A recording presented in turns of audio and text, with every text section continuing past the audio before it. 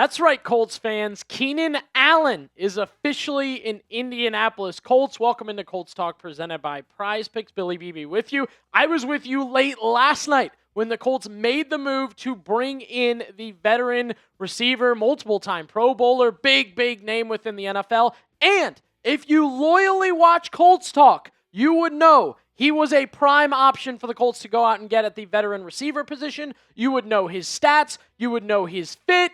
If you don't, of course, we will take you through it on today's show, as well as the aftermath of the Keenan Allen situation. Rumors are flying right now about what it means for the Colts. The roster changes now for Indy. Plus, we've got a little bit more to talk about as well.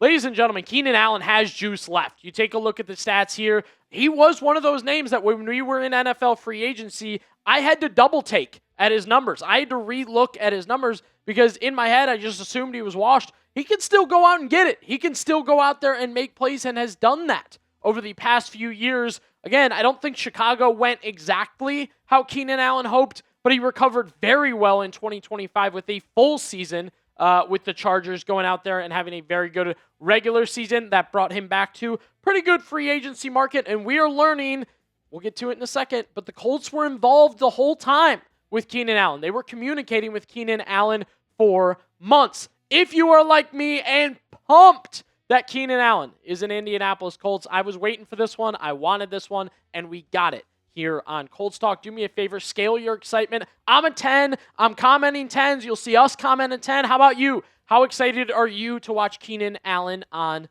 the Colts?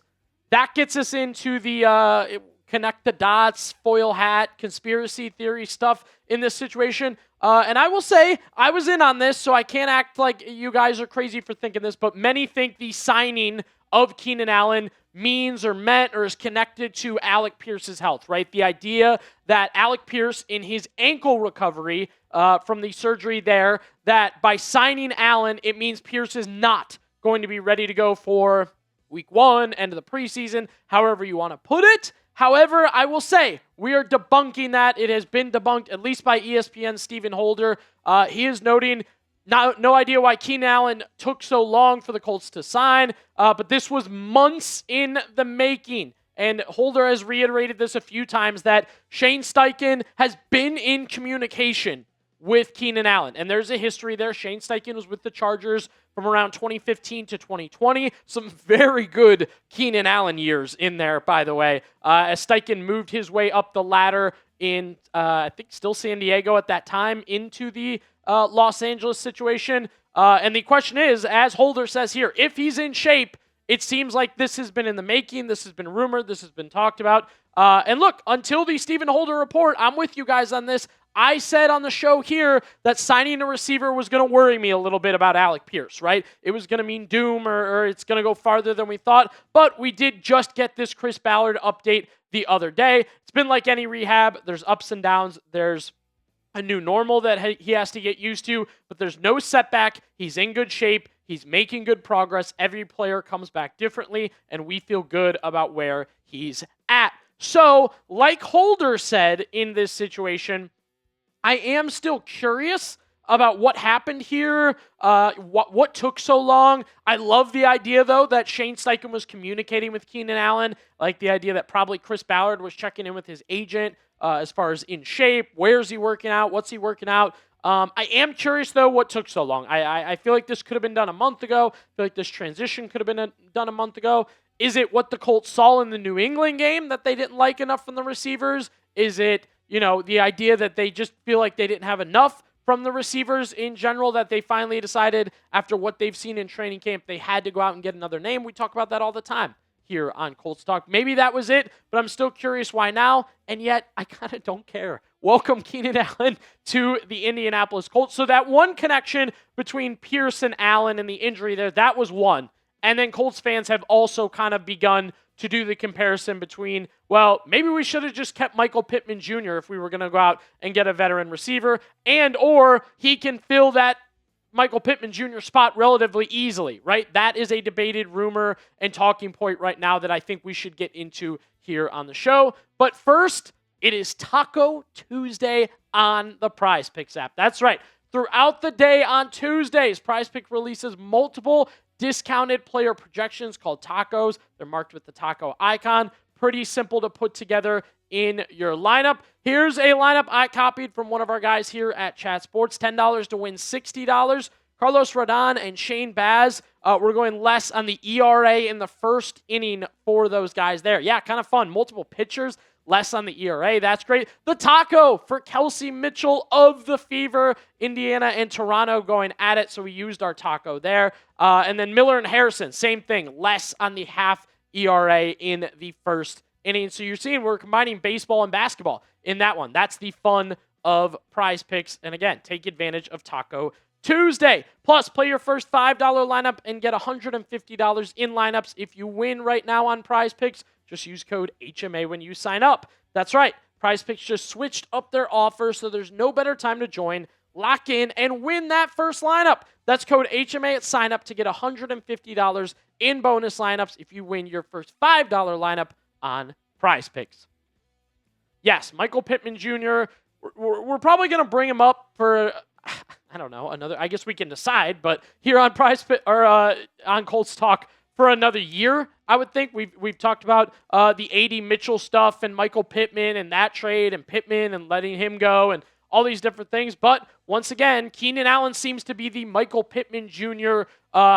I don't want to say replacement. I really don't like saying that word in this scenario. However, I think it is interesting to compare the numbers from last season between Michael Pittman Jr. and Keenan Allen, right? Because they're similar. They're pretty similar in a lot of ways, and Allen gets them in a few different categories here. And I like Michael Pittman Jr. I think he's had great years with the Colts. My credit to him is he's remained A, consistent, and B, I feel like he's gotten better over time. But again, I think the money added up for Michael Pittman Jr. I think he became a little too expensive for what he offered you. Now you go to Allen, who I remain with my take here. I just didn't know that he was locked in at this level. I thought he had kind of fallen off. I thought he was washed. I thought he was almost out of the league more than anything, and yet he's still giving quality NFL reps at this point in time. Plus, as I mentioned, the money, right? Pittman, the cap hit and whatnot, annual average salaries at 17.5. We're waiting on Keenan Allen details right now. Right now it's up to $8.32 million, so it may be even less than that. Pittman gets more in certain areas, right? These are just some loose numbers as far as their salaries go for the 2026 season. But, I mean, essentially between these two, it's half. It's half. You're getting half for Keenan Allen at this point in his career. And again, you got to wait and see what you're going to get overall. But again, Pittman's average to Allen's, up to half the value between these. Again, both veteran receivers. I know Pittman's about 6 years younger than Keenan Allen. That should play into the part of your decision of who you would rather have. Got to go with one of them. If you had to make the decision here on Colts Talk, who would it be? Keenan Allen, type A. Michael Pittman Jr., type B. We'll make this our pinned comment. Let us know what you think down below. So how does Keenan Allen's arrival shake things up, right? Because there has been an ongoing competition. There's been different names in the mix here for the Indianapolis Colts. There's been an exciting name in the mix for the Indianapolis Colts. I do think this brings Allen to the forefront. This brings him to it's Pierce, Allen, Downs, right, for your wide receiver group. I think many believe that. I think it's clear and true at this point in time that it's going to be Pierce on one side, Allen on the other side. You still have a lot of veteran options. You still have young options. Actually, I was just saying to producer AP, they're getting overloaded in the wide receiver room. I wouldn't be surprised if in the next day or two we see a corresponding move with Higgins, Montgomery, or Horton that they get let go. I know what you're wondering. What's going on with Ashton Dulin, right? Because he has earned this bad boy. He has worked so hard for it. This felt like his moment for the Colts. You have to wonder what's going to happen to him. It is valid. I believe Keenan Allen's going to be your wide receiver too. That seems likely. That seems like that's how it should be, right? He's 700-plus receiving yards, veteran in the NFL, familiar with Shane Steichen and his system and his philosophies. It all makes sense. It's a step back for Ashton Dulin, right? You are now not a starter. You're going to fill in certain positions. If somebody gets hurt, you're probably now looking again at special teams. I would think they try him out again. It doesn't seem like he's been doing it as much, but he would look at at special teams, kick returning, punt returning, but he's still very important in that sense, right? Because I do think he's first receiver up if something happens, or if you want to run extra receivers out there for Indianapolis, right? That's still important. Special teams, where he has shined for years with the Indianapolis Colts. That's still important. That's going to matter for Ashton Dulin, who has been a great offseason story, right? Undrafted, Malone University, special teams, good offensive numbers, tough injuries here and there. He's an awesome story. We're not done with Ashton Dulin. Hang in there, Colts fans. I think he's going to have a very important part to play for the Colts this season.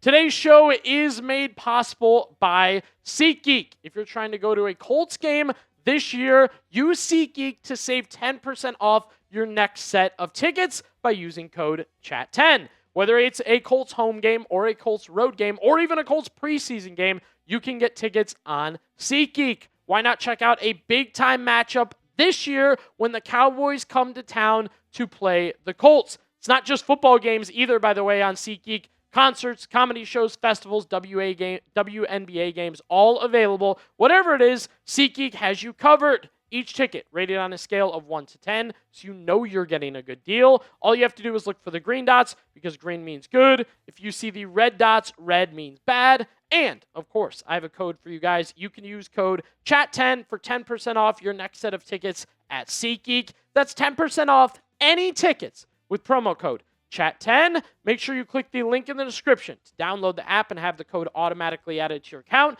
so you can use it later. Thanks, SeatGeek. Let's finish out today's show with a little bit of injury news, some injury updates with the Indianapolis Colts. Kind of ever-changing, but definitely something to note for this team in general. Let's talk about some returns to practice for Indy. CJ Allen is back. He's been dealing with first a calf injury, then a hamstring injury, which is just tough, right? Those are very tricky injuries. Those are very delicate injuries, so the Colts are being cautious. He is practicing. Shane Steichen says DJ Giddens, who's supposed to be competing for running back, backup running back 2, he's dealing with a hamstring. His situation is more he's gone through walkthroughs.